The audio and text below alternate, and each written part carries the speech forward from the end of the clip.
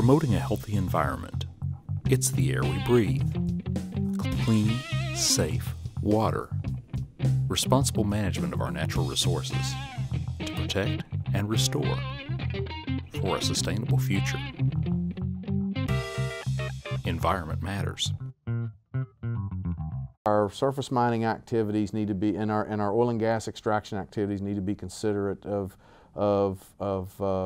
how it impacts the people that live in those communities. But at the same time, the people that live in those communities need to have those jobs, or those impacts are not important to them. A conversation with DEP Cabinet Secretary Randy Huffman.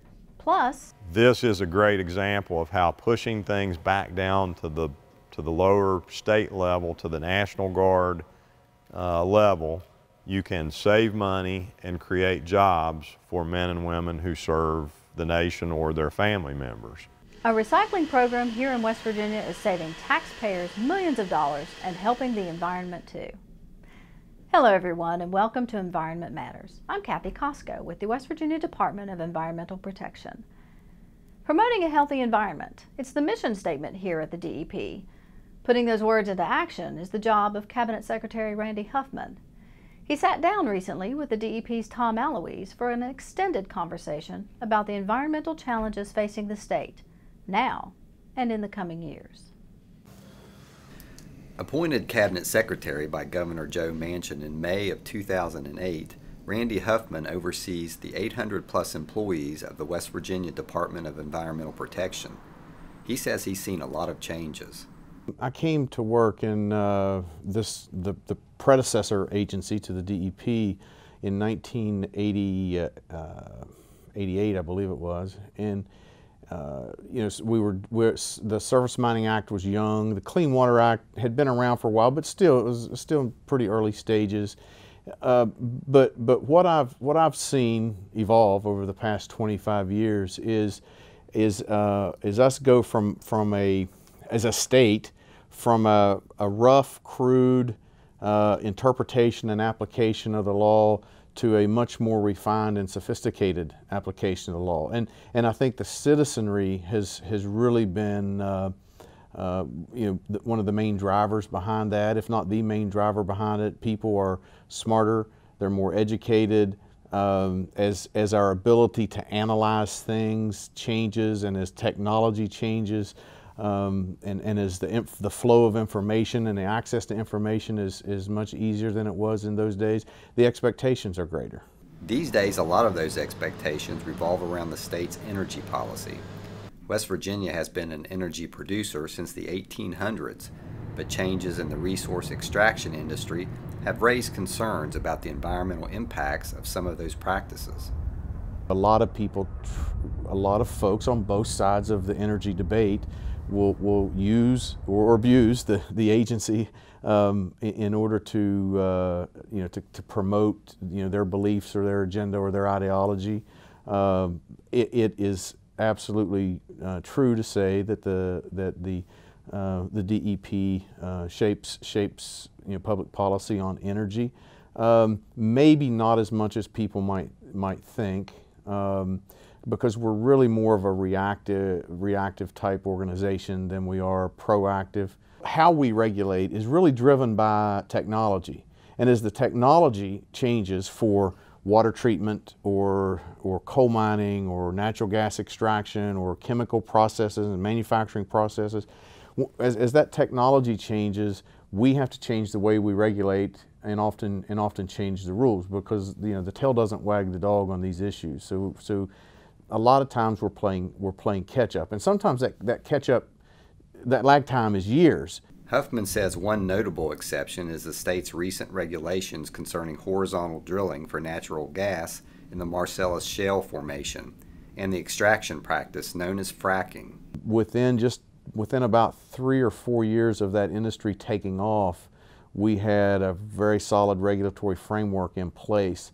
And you can't say that about coal mining. That took decades. And you can't say it about manufacturing or any other water quality issues. Those all took decades to get regulatory controls in place for those processes.